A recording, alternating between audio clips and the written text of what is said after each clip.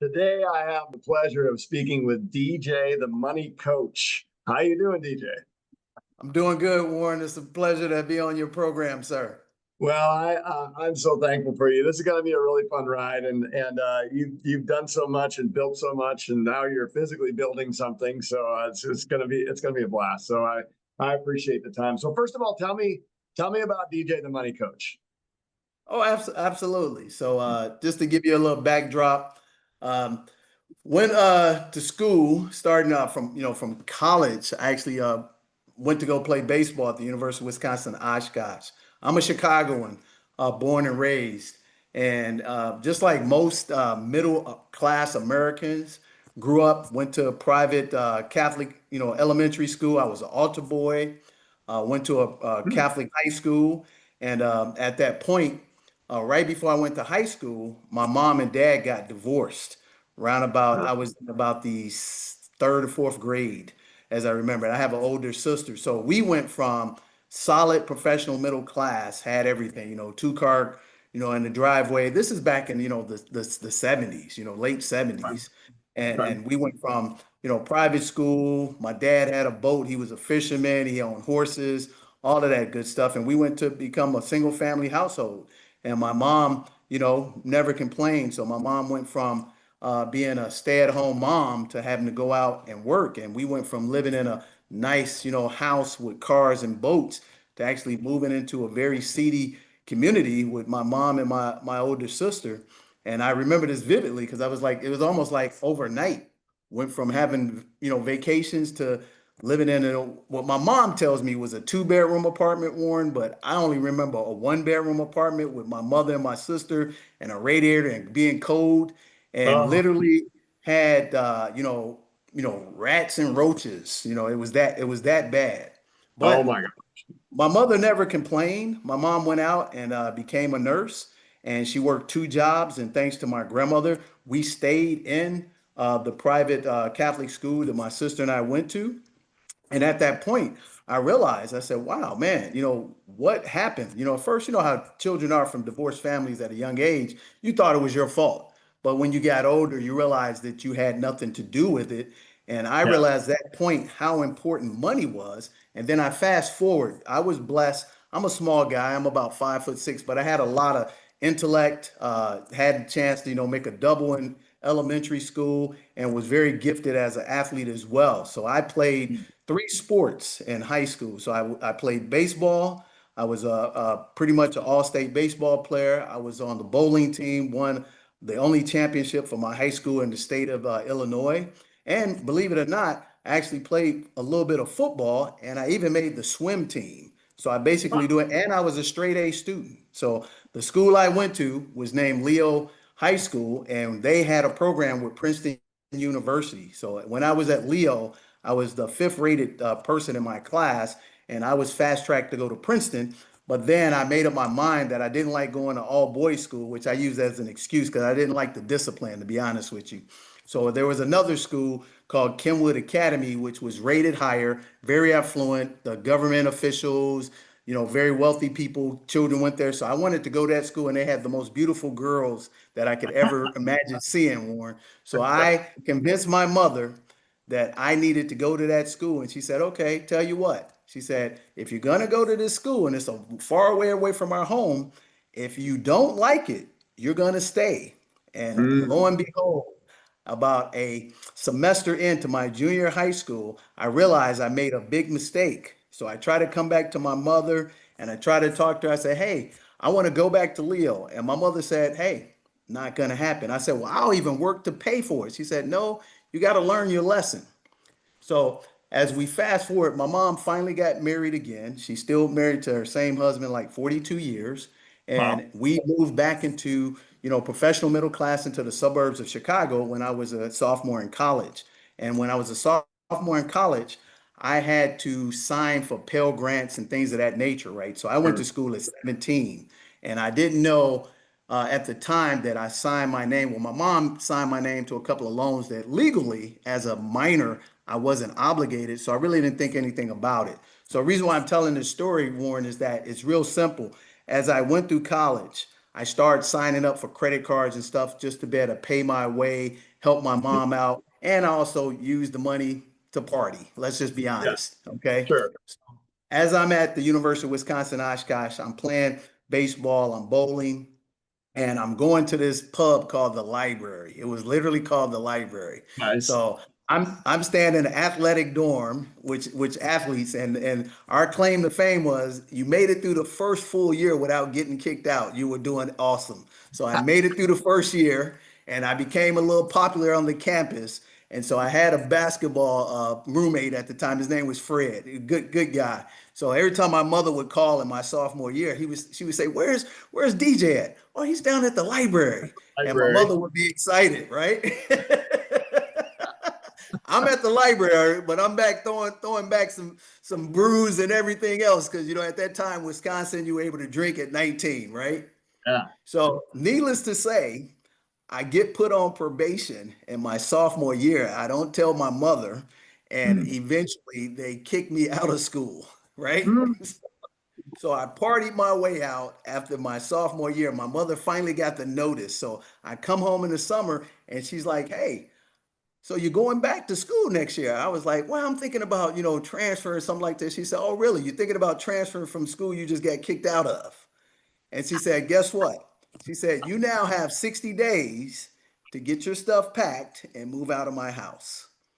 Oh, So wow. the real life kicked in. So at 19, I went from, again, another major change. I went from being back, professional middle class, mom and new husband helping out whatever expenses I had, taking advantage of things that I shouldn't have. And I Hmm. just abused the freedom. And my mother said, "Well, this time we're going to teach you a lesson.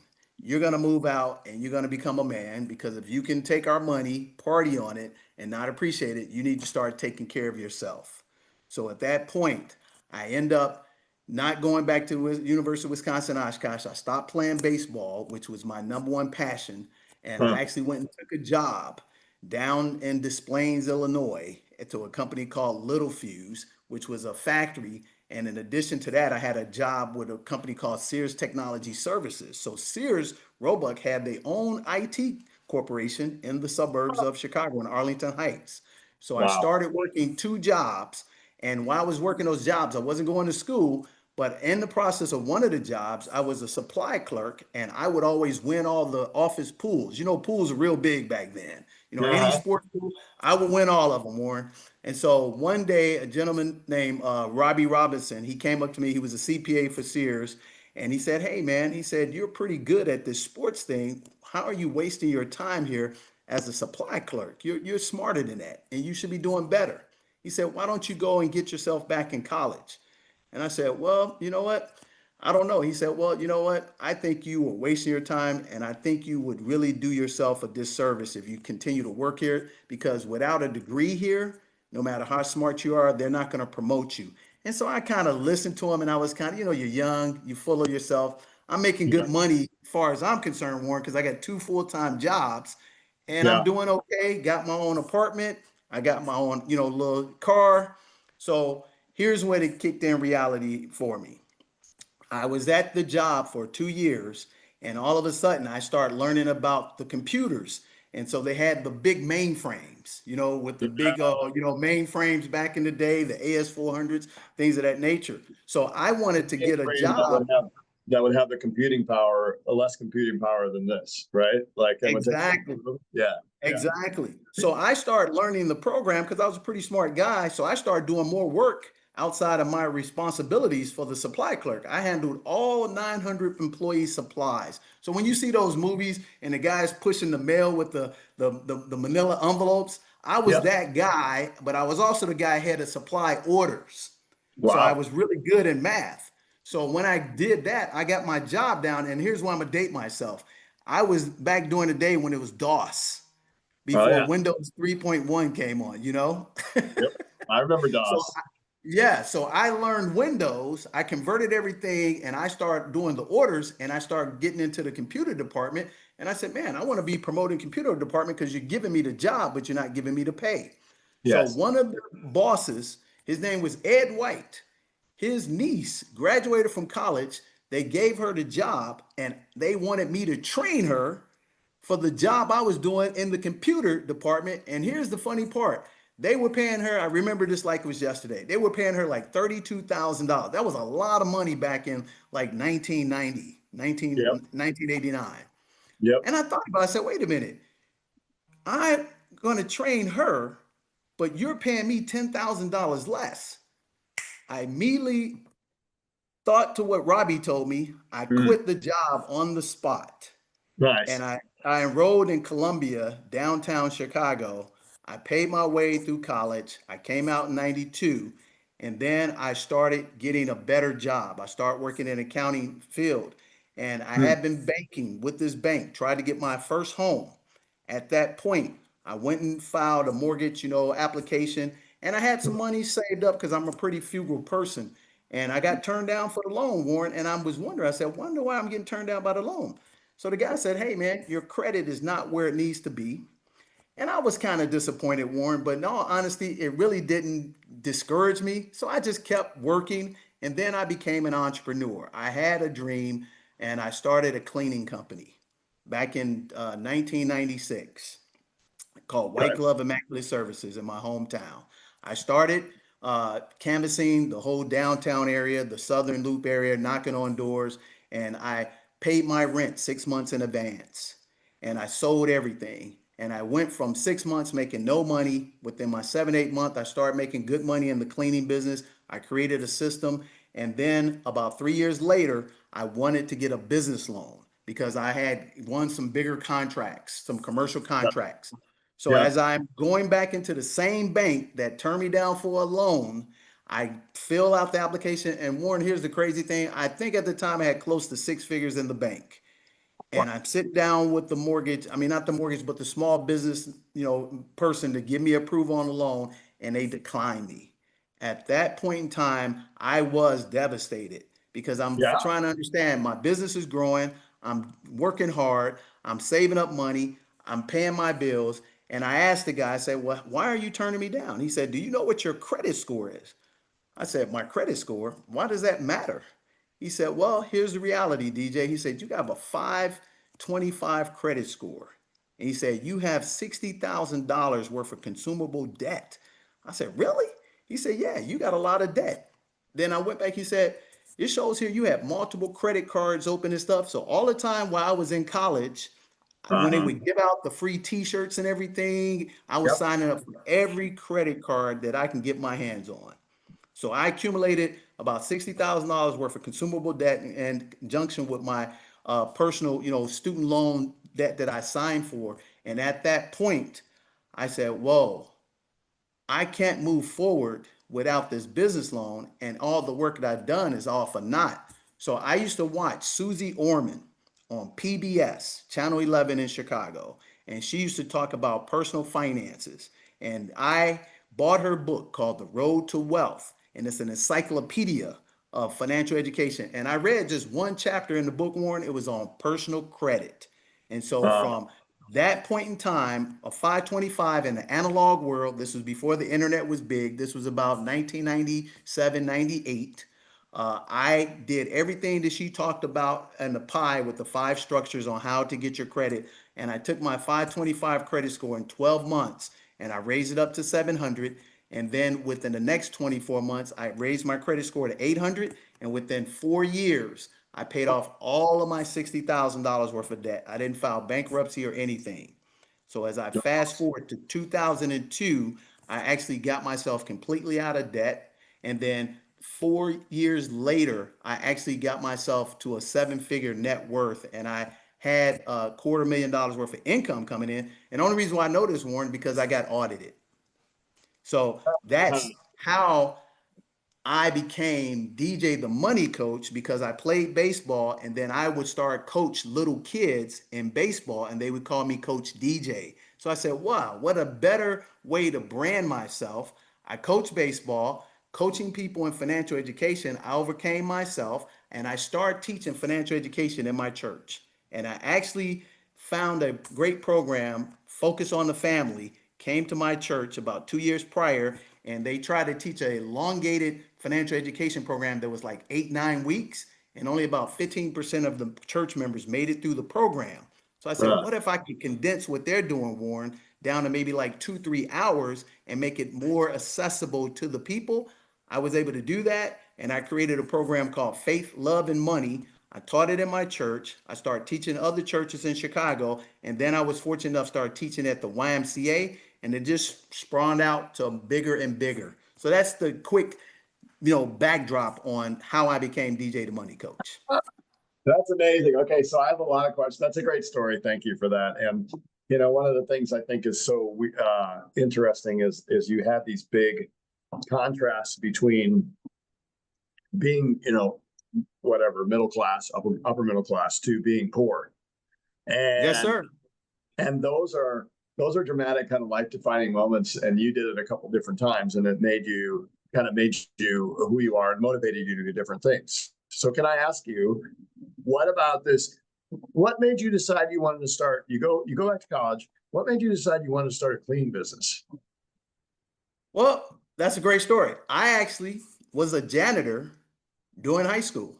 So as Okay. my little, part-time job at my high school, I had a janitor position. And then when I actually went to college, I actually got a janitor position in the summer at the Okay. University of Chicago. So I learned about, commercial cleaning and then, residential cleaning. But then what really hit me, and this will be ironic too, is that while I started to get myself off the ground and had to get my independence from my mom kicking me out, and around about 1997, 98, I was approached by somebody in Amway, and I Well, became an Amway distributor. And as an Amway distributor, I met a lady named Mary. She was an office manager, and I met an attorney named Angie Jones, and they both had residential cleaning businesses in the downtown Chicago area, and they both left business manager and attorney, and they were making over 6 figures in the cleaning business. And I went out and started working with them, learned their business. And since I knew systems a little bit better than them and had done cleaning in high school and college, I took their system with their, approval, and I added some tweaks to it, and I created my own commercial cleaning business in downtown Chicago. That's what led me to being in the cleaning business. so what I love about this is, and I think this is a point that people don't think about nowadays, but having a business, it's not okay. Cleaning, it's not sexy. Repairing autos or HVAC, it's not sexy. But man, oh man, talk about AI proof. Talk about if you can do systems and processes right, how much money you can make. I feel like sometimes people need to look at the non-sexy businesses because that's where the most opportunity is. Do you agree? Oh, I agree 100%. And also, too, from a person who hadn't finished their college degree at the time, it was an easy entry point that required no regulatory things of that, just some hard work and some determination. But I took what I learned in corporate America and I extracted that into the entrepreneur way to duplicate a system. And the profit margins are ridiculous because, like you said, Warren, it is very sexy return, but it's not sexy for people who go to college. So, and here's the irony of it. Once I started to figure out where to actually go after the right demographic, professional middle class, what we call them dinks, dual income, no kids, Yes. the buppies, of the world. So I had a best friend, him and his wife were engineers, and they stayed in this high rise called the Apple condominiums in downtown Chicago, very upscale community. So I'm trying to figure out how to get in this building and get these cleaning contracts. And I clean their house. They were embarrassed. They was like, no, we can't let you clean our house. And we wouldn't feel right about it. I said, don't feel bad for me. I said, I'll clean toilets, I'll scrub floors. Unless you don't trust me, I said, let me clean your house. So they gave in. They allowed me to clean their house. While I was cleaning their house, you know what I did? I started putting flyers under all the doors. I asked them to give me a referral. And before you know it, Warren, I had about 20, 30 accounts within 24 months in that building. And the profit margins were over 120% because I didn't have an acquisition cost. Yes. Yeah. So what another great point there.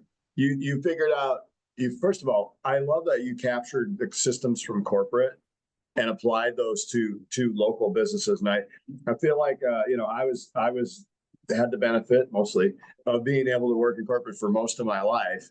And the thing I didn't realize is a lot of business owners don't actually realize the systems and processes that corporate use. And you might not like it, but it works. So Absolutely. that was brilliant.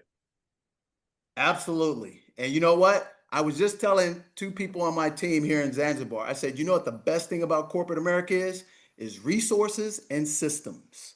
I said resources and systems. And I said the one thing that I learned when I was at Sears Technology Services, that was a multi-million-dollar business based on systems, and I was able to take a system inside the supply, field and scale it up and become their order person for all their supplies. And I Yeah. just borrowed that and I said, wow, if that works for them and I'm running this department, I can do that for myself. Yes. And That's as brilliant. I came in and out of other businesses, now I did go back into corporate America and work in the accounting field. And I worked for an accounting company on the North Shore of Chicago. And they even would, take our time for our breaks and they would count your time. And it was painstaking.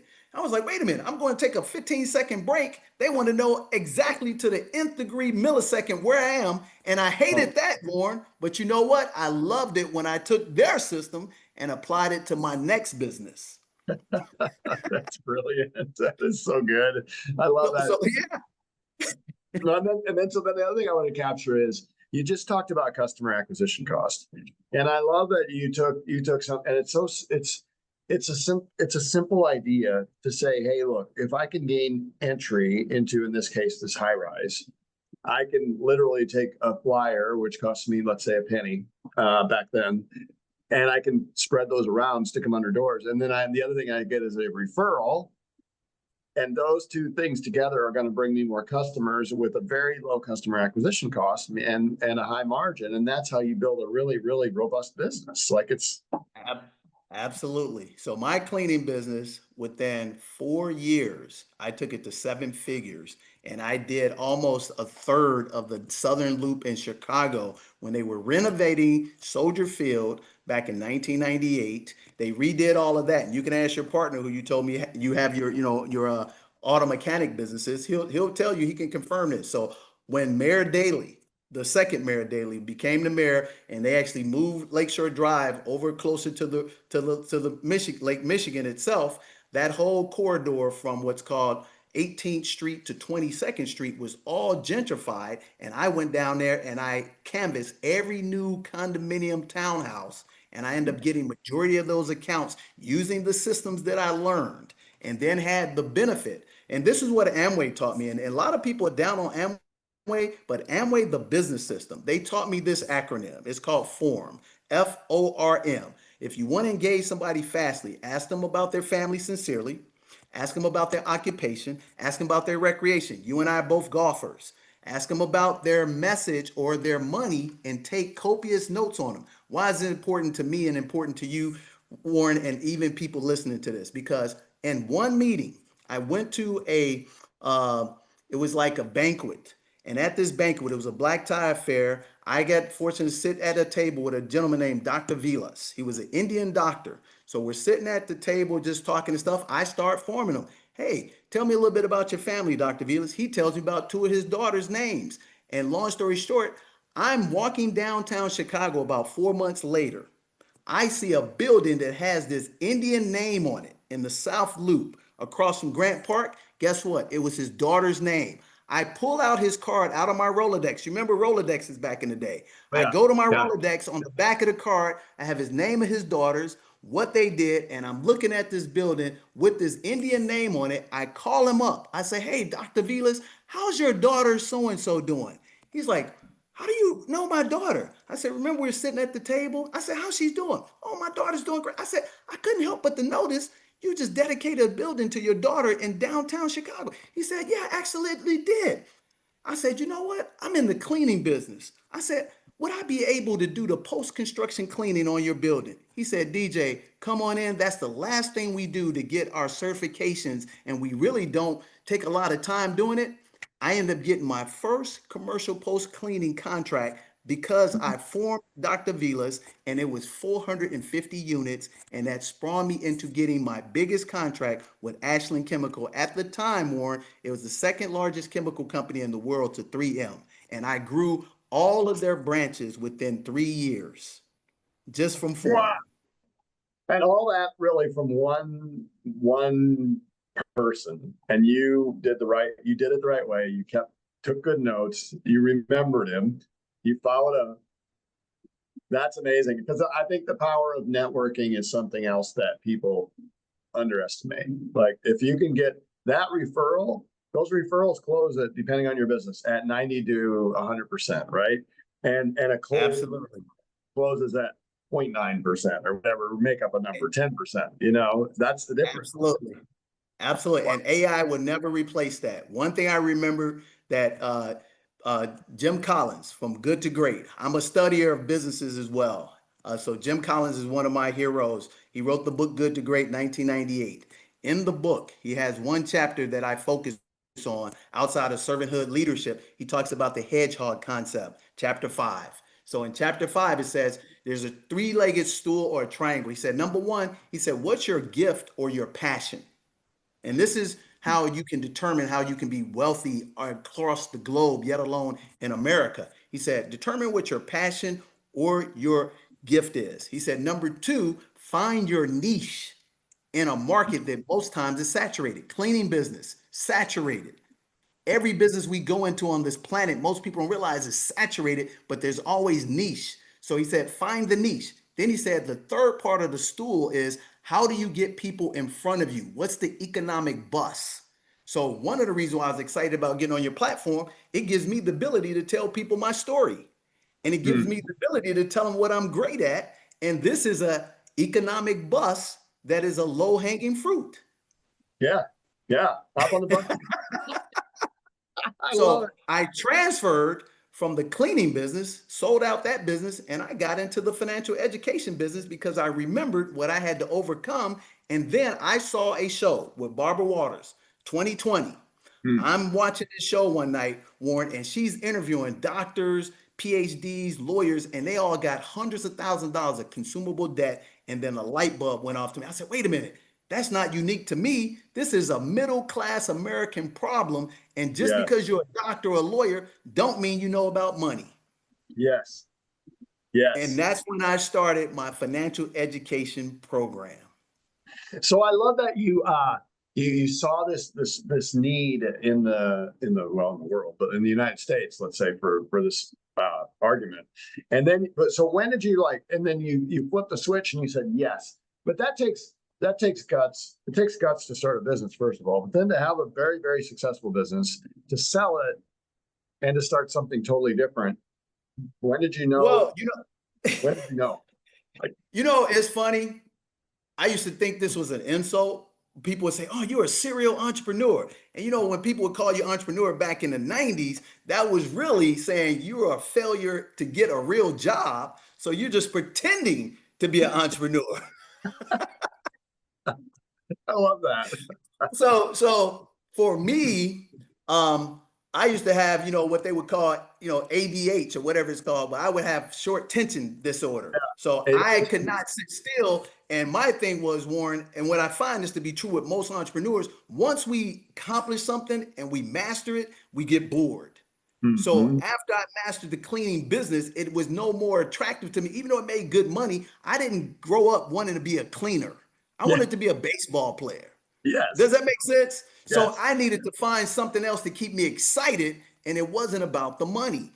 But the financial education piece, I could see myself doing that forever because I realized it was a problem that everybody has.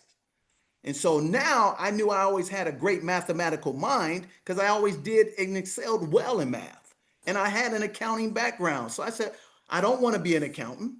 I said, what's the next best thing? Financial education. And Mm. when I saw that story on 2020, I said, wait a minute, I know doctors, I know lawyers, I know janitors. I said, I'm pretty sure they probably got the similar challenges. So I got rid of the cleaning business happily. It was very successful. And I said, I'm going to start all over again in the financial education world. And I went and I got myself hired at a company through one of my mentors named Gus Tucker. He had an MBA from the University of Chicago. He got hired by a financial company down in Springfield, Illinois, which is the capital, and they were looking for some go-getters, some people who can open up the Chicagoland market, a small Mm, niche company, but didn't have any impact in the city. So they wanted to go after professionals in the city, and I met what they were looking for. So I went sure. and got my securities license, and then I start training with them, and we start growing and growing the company. And then I realized, I said, you know what, this is great to be a part of this, but I still want to do my own thing. And so I saw what they couldn't see by them being from rural part of Illinois versus metropolitan Chicago. They Yeah, were underestimating what professionals wanted in Chicago versus rural people who live on farms and stuff like that.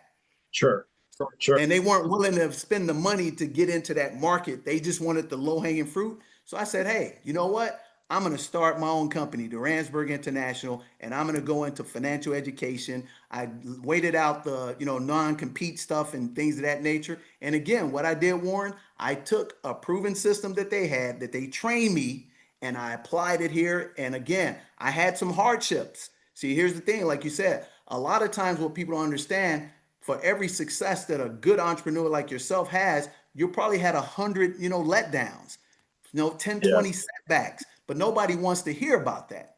So I had to go and sell my house, move into a smaller place, and Wow. then start over because I needed the resources to pour into a new business. Hmm. And I was still single. So I was able to do all of that. Ah, And that was the risk. So nobody was willing to give me a chance other than what I had done. But they like, hey, you don't have a financial background. Yeah, you got an accounting, minor degree, but how do you know financial education? Did you work for Merrill Lynch? Did you work for these guys? No, I didn't work for that, but I can tell you I overcame my own financial story. I can tell you I come from professional middle class, so I'm pretty sure I can teach you some things. So I had to have somebody again take a chance on me. Started mm, with my church, did my church services for free. Then I did, other churches for practically nothing. So this is like me getting my PhD or my internship. And then the sure. word started to get out. And then I started going to these people's home, Warren. And just like Barbara Walters show with the doctors, the lawyers, and PhD, I would go into people's houses. They would have $1 million house. They would have 5 cars in a driveway, but they would have three, four, $500,000 worth of consumable debt. And I'm like, wow, I always thought these people were rich. They were worse off than the janitors that I would sit down with. Right? They had, when you added it all up and you added up their liabilities versus their, the stuff that had value and their big loans and their houses and their cars, they're actually upside. Yep, exactly. Upside down. So I was able to take the relationships, and what gave me the big break is when I had the chance to do it for one of the YMCA's. We did such a great job. They introduced us to a couple more YMCA's. And then I moved to Texas. And I moved to Texas around about 2008, 2009, had to start all over, had my new wife, had a couple of young children. And I said, hey, I can take this system, introduce myself to the YMCA, went through a leadership program, Fort Bend County Leadership. And Okay. that was a whole year program where every Wednesday, third Wednesday of the month, they took us to every different industry in Fort Bend County.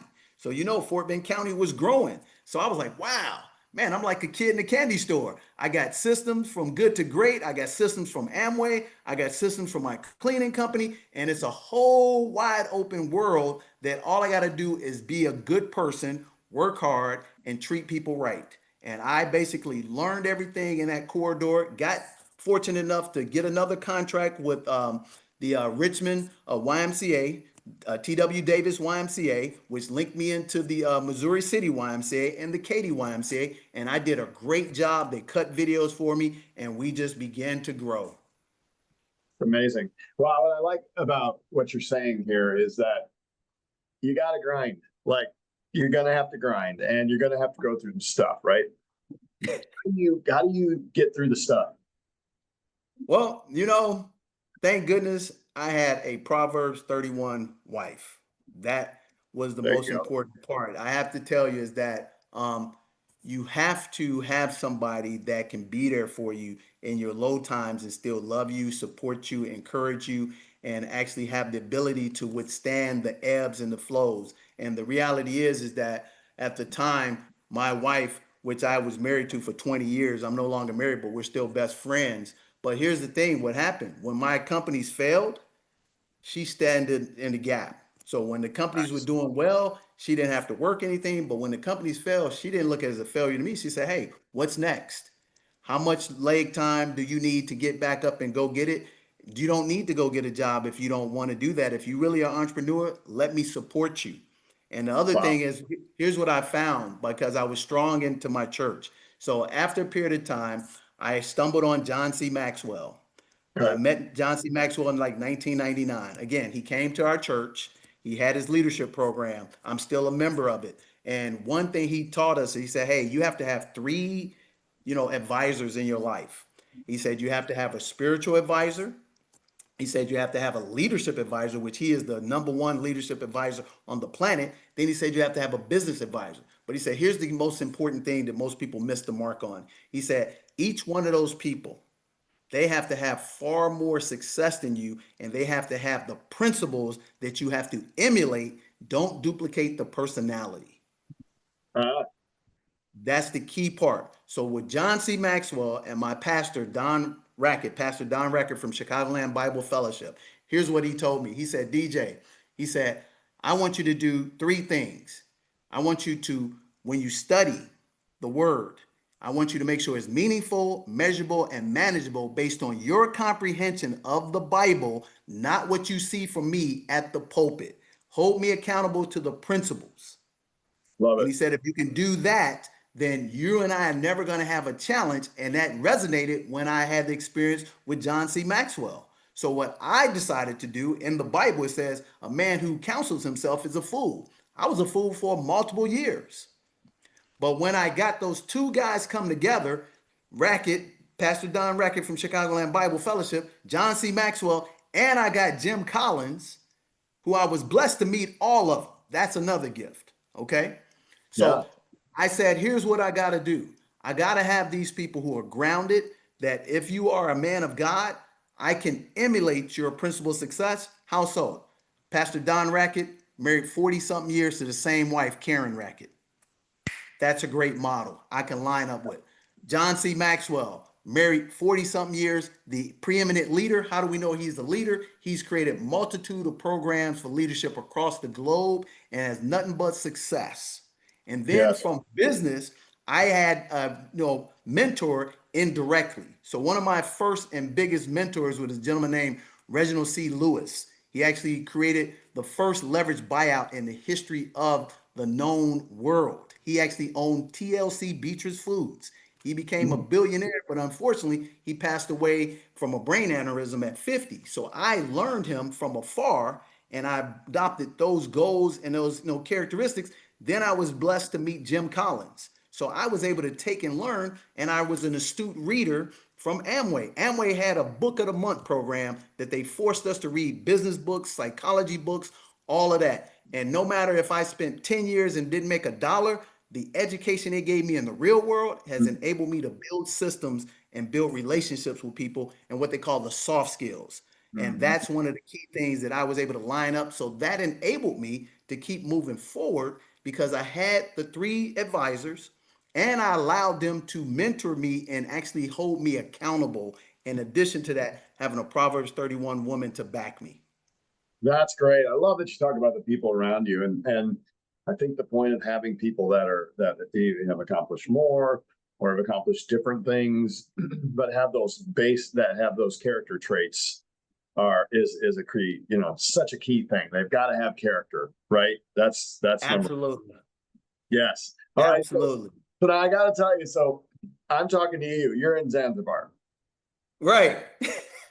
So, and we're practically neighbors in Texas. So that's pretty cool. Isn't that funny? Went around the world to Zanzibar to meet somebody in Sugar Land. Yeah, right. It's so awesome. I love it. So tell me about Zanzibar. Like, why are you there? What are you doing? And what brought you there? Well, so in the past 6, 7 years, things have been pretty good. Outside of having, unfortunately, got divorced after 20 years, that will be the only mark that I wish I could redo. but haven't had, success in that piece. So I've been going around the country on the financial education piece. I'm a paid speaker, just like anybody that's had a little bit of semblance of success. And as I'm going around doing speaking engagements, back in 2018, I'm doing a speaking engagement as a keynote in Atlanta, and I'm sitting down with the person who hired me, and I've met him from the internet, and we had some success together. So we're just talking about, hey, where are some of the places that you traveled to? Where are some places you like to go? So I said, hey, I've been to Fiji, the Bahamas, I've been to Australia, all that good stuff. But where's the place that if money wasn't no issue, you would go? I said, well, there's only two places I want to go because I like island life. I said, I want to go to Zanzibar, and I want to go to what's called Cape Verde because I have lineage that goes back to Cape Verde. So I never thought anything about it. That's like 2018. So we move forward, 2019. I do several events with this person again. And round about December of 2020, I get a phone call. It's about 11:20 at night because I'm a night person. And I get on the phone, it's my buddy. And they say, hey, remember that bucket list trip that we talked about a couple of years ago? I said, well, which one? Said the one to Zanzibar. I said, yeah. I said, hey, I meant to call you a couple of months ago, but you're busy. I'm busy. I've got a chance to take a bucket list trip to Zanzibar, but here's the problem. It's only 2 spots left. It's an $800 non-refundable deposit, and the trip is like 3 weeks. And they said, well, only a couple of people I know that own their own business can go any place they want to. So I knew you might be interested. So they send me the link. I say, hey, I'll take both spots for me and my older sister. I pay for the non-refundable, and I'm excited. So I hop on the phone. I call my sister. I call up. I say, hey, Tish. I said, hey, guess what? She said, what? I said, we're going to Zanzibar. She said, we're going to Zanzibar. I said, yeah. I said, I just bought deposit for 2 tickets to go to Zanzibar. I said, you ain't got to pay for nothing, but just get your tips. So she's excited. She's, oh man, I don't know if I can get the time off from my government job. I said, well, you better figure out a way because this non-refundable. So after she says that, Warren, then she starts laughing. She has this chuckle. I'm like, what's so funny? She said, you won't believe this, but our family friend RJ, he's in Zanzibar right now. So just like it is, it's here. It's about 10:44 p.m. in Zanzibar time, and I know it's like 2:44 your time. Yeah. We hop on WhatsApp. Here's RJ on the beach with some exotic drink in Zanzibar. And I'm like, RJ, what's going on, buddy? He's like, man, I'm having a great time down here. I said, how long you down there on vacation? He said, man, I've been here for like 6 weeks. I said, man, what? And he has a job. I said, well, what job allows you to be there for 6 weeks on vacation? He said, well, really, I'm not here on vacation. I just bought some property in Zanzibar. I said, what? He said, yeah, they got this new law for foreigners. It's called the Homeowners Association Act of 2019. And if you invest a certain amount of dollars, they'll give you residency. So I said, no kidding. You bought some. So I jump on a plane sooner and I fly down to Zanzibar, and RJ introduced me to a developer, and I'm just going there to buy me a condo. Sure. Yeah, I'm going to buy a condo, right? Buy a condo, yep, I got you. Right. So we go into the developer's office, Warren, and he has this rendering of these buildings and everything. And I'm like, okay. He said, yeah, I can, we got a condo here and we got a condo there, DJ. But I'm looking at the end of the rendering, and there's these 2 blanket, plots. And one says, in this, and one that has an X. I said, hey, what is that end plot? He said, oh, that's the building that we're going to start working on, and we're going to probably start selling some units in about 4 or 5 months. I said, I'm just out of curiosity, how much does that building cost? He said, what? I said, out of curiosity, how much does that building cost? So he's like, he's got this flabbergasted look on his face like, are you kidding me, man? I said, out of all seriousness, I said, you don't know me, you know RJ. I said, in reality, I said, I have more resources than RJ. I said, let me share this with you. I said, I'm an entrepreneur. I'm in the finance business. I said, I'm actually a minority owner in a tequila company called Tolero. I said, pull it up. So he pulls it up, Tolero.com, right? And he sees all the great things about I said, well, I raised $5 million for that company in 60 days. And I think I could get the price on this building if you tell me what the cost is. So he tells me, oh, the building happens to be about $5 million. I said, guess what? I'll take it. He looks at me, Warren, and He's just like, what? I said, I'll I'll take take the it. building. And that other blank spot, I said, what is that? He said, that's the gym. I said, I'll buy that too. He said, hey man, I don't know much about you and I can't. I said, well, let me ask you this. What do you have to lose? I said, I get back on the plane. You still don't have a unit sold and you don't have the condo because I'm not buying it. So what do you have to lose? I said, so why don't we come to an agreement, shake hands? You send me the information. You don't lose nothing. You have no acquisition cost. It's an Yep. upside for you. It's no loss for me if it don't transpire. So he said, okay, I'll sell it to you for your price. I get back home. He sends me the paperwork. My attorneys, my accountants vet it. Boom. I put a deposit down within 30 days. I go back to Zanzibar in March of 2022. We start building on that. I become his partner. And then I learned more about the laws and I realized that I couldn't own the land underneath that development. So guess what I did as an entrepreneur? I hired myself an attorney, hired myself a consultant firm, and I started a corporation in Zanzibar. And I went out and bought more acres of land and I started building businesses. So what you see now, here's the irony of it, is that in 2018, Warren, this is how God is good. Actually, 2017. 2017 was my 50th birthday, and my wife at the time took me to this resort in Playa del Carmen called Hotel Escarre. This is where you can only thank God for blessings. Serendipitous, real talk here. I'm at this resort. It's the all-inclusive resort, which is nothing new in the world. But this resort, actually all-inclusive means everything: excursions, transportation, airfare, Michelin restaurant, right? It's Mhm. only 50% complete, Warren, in 2017. It exceeds my expectations. At the time, I thought my wife was crazy. She spent $6,000 for 1 week. That's a lot of money to us, right? Yep. I have the best time of my life. We go back in 2018, Warren, and we stay for 2 weeks. We spend $10,000. Crazy. This resort is three-fourths completed. It's even better. You know the program Cheers, where they always know your name? They put Yeah. me back up in the same suite. They take even better care of me. They now say, hey, we got an investment opportunity. If you're an accredited investor, you got $100,000, you can actually buy equity position in this resort. I start filling out the application. I mark the boxes. I have the money. We go through almost 9/10 of the thing. You know, we get to the close and they say, hey, where's your citizenship and your residency? I said, you never told me I had to have that. I said, how did y'all miss that? So I'm now upset. And I said, man, Yeah. opportunity. They said, well, hey, you can take another 6, 12 months. I said, I don't have time to do that. You know, Yeah. just give me my escrow back and we'll just call it a day. I thought that that was the last thing that, hope deferred. But you know what happened, Warren? God was setting me up for Zanzibar because now I'm doing the exact thing in Zanzibar and this has become a vocation. Wow. I've now been here for, it'll be 4 years in December. We started our own corporation here, which allows me to own the land that I have. And we actually have built townhouses. We have a resort. The resort I'm sitting in right here is a 220 unit residential apartment style resort that caters to the fintech business world. It has a Blue Lagoon white sand beach in it, the only one on the entire island, just like Mandalay Bay. And I'm actually going to be building another resort starting in 2026, and it's an all vocation. It's become a calling for me. Wow. And That so is we did our amazing. grand opening last January. I did a grand opening in January.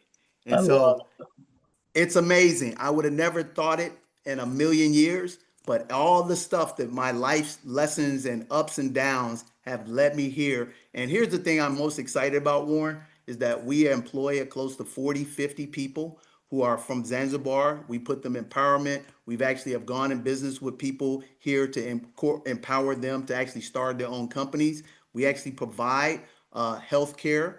Every third Friday of the month, we provide free, health clinic checkups for the indigenous people within a 2 mile radius of our destination. We love it. also have a K through 8th school, absolutely free for people who stay within 2, 3 mile destination. And with the University of Texas at Austin, my son just graduated there this past May. The African American department head, Dr. Leonard Moore, he's going to come here and we're going to work on talking about building an abroad program here in the next 2 to 3 years. So I'm literally building an entire ecosystem, Warren, that's becoming my life legacy. That is amazing. Wow. That's so cool. And yeah, God's timing is definitely not our timing. And his vision is way bigger than our vision, that's for sure. Isn't it true? He laughs at our goals and our dreams, and then he gives us stuff like this. You couldn't have told me in a million plus years I would have laughed you out of the planet if you told me I would be in Zanzibar one alone, yet alone here spending 3 4 months building stuff that is actually you couldn't have told me that. No, isn't that funny how we limit our thinking? And I mean, we're around people all the time that just tell us, well, that's not going to be possible, and that's not feasible, and that's not going to happen, and you're too old or whatever, right? Any excuse. You can't do that. You're not from there, right? Like any kind of excuse you want, you come up with on reasons why this would never work. And so I think like this is like full circle, seeing you entrepreneur, starting with, starting with little business to bigger business to then reinventing yourself and doing another business to now this, and kind of following the path, I guess, and following your passion. I think that's like, I mean, that to me is kind of a big takeaway. Trust it, follow your passion, know you're going to have to work hard, and surround yourself with great people. Oh man, you couldn't said it better. And I'll tell you, we'll end it this way. I don't believe in coincidences. Your company that connected you and I together actually found my bio on LinkedIn. I hardly do anything on LinkedIn. That's what's so funny. So I happened to get a notification from somebody named Abigail. Hey, we saw your bio. I'm like, you saw my bio? Where? On LinkedIn? I haven't changed that thing in 15 years. This is real talk. So I go check her out because I'm like, okay, is this legit? You talking about you found me on LinkedIn? What is So, that? Yeah. and as I said, when you and I met, I thought you were in the UK because all her stuff was UK, and you said you in Sugar Land. I said Sugar Land, UK, and you were like, no, Sugar Land, Texas. What? Yeah, that's hilarious. We have somebody from Zanzibar, a UK person collect somebody from Zanzibar to a person in Sugar Land, and then we make the full circle. Like we've been all the way around the whole globe in this call. Went 10,000 miles away to meet you, and we right down the street from each other. That is awesome. Well, I love your story. It's so inspirational, and like it just shows like this is the kind of thing. It's like, hey, folks, you're out there, you want to go get it. You know, work hard, market smart, make sure you got a customer acquisition cost that is reasonable. Surround yourself with great people. Like grind, grind, grind, and wait for those opportunities, and then grab them when you get them. Oh, absolutely. Hey, let me leave your organization with two thoughts. Oh, Okay. please. So we have a mantra. It's called the Pom Pom Lifestyle. That's plenty of money, peace of mind. Emphasis on peace. I realize that at this point in stage, it's not about things, it's not about money, it's about true peace and having your family with you. So I'm here right now. I have my two young daughters with me, and I'm having the best time of my life to have my 12 and my 6-year-old daughter to see all this stuff and just have a new experience. So that peace is priceless. Okay.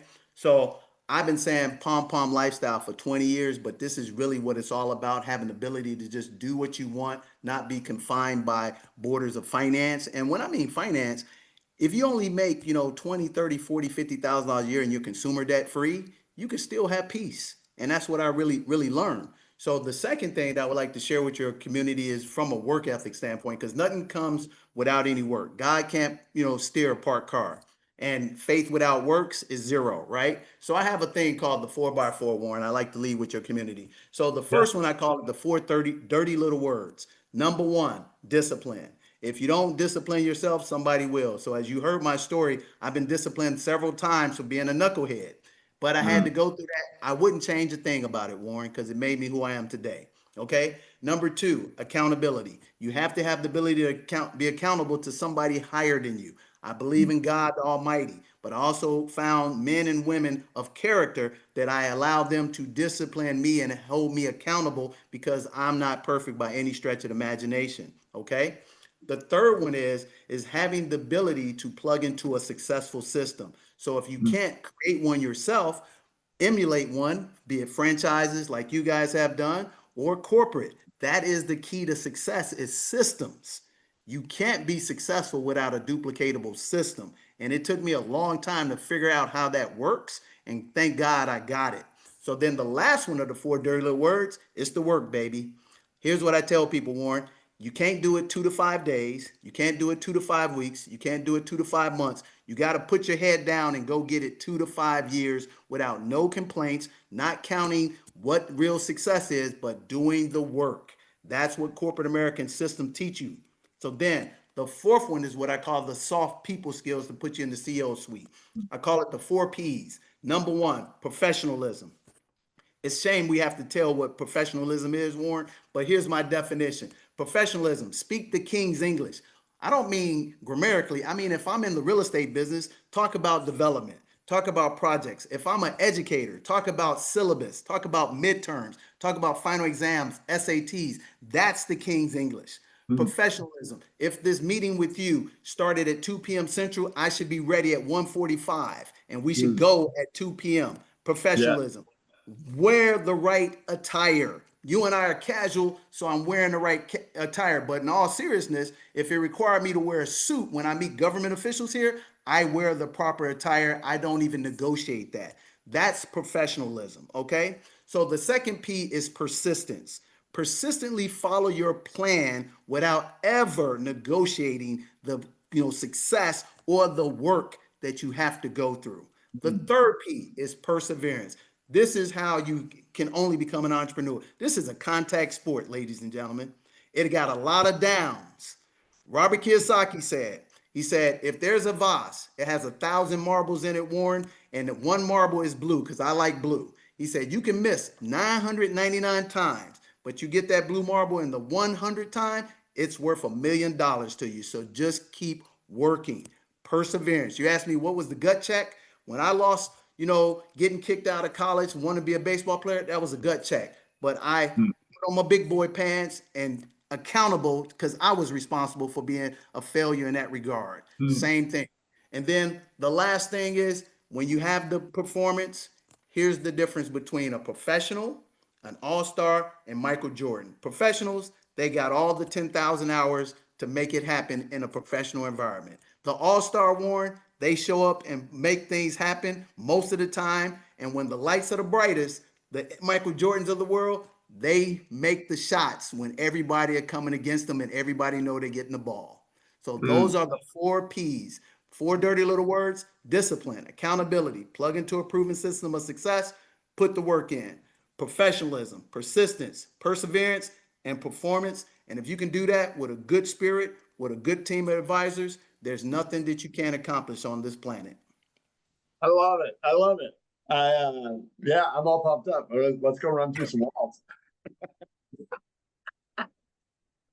That's awesome. It's been an absolute pleasure, and I've learned a lot. And I hope to see you back on the other side of the world here in a little while.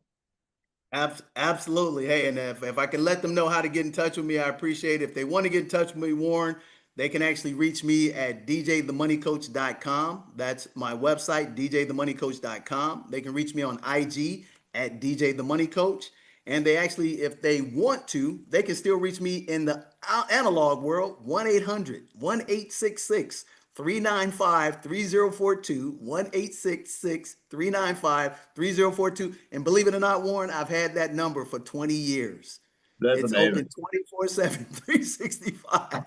And if they want to come to Zanzibar, all they have to do is go to escape2zanzibar.com. Escape2zanzibar.com. And on IG, it's go escape2zanzibar.com. And we're doing a special for your community, Warren. I said, I got to do something special for you. So I'm going to give your community a 7-day, 6-night trip minus airfare for only $999.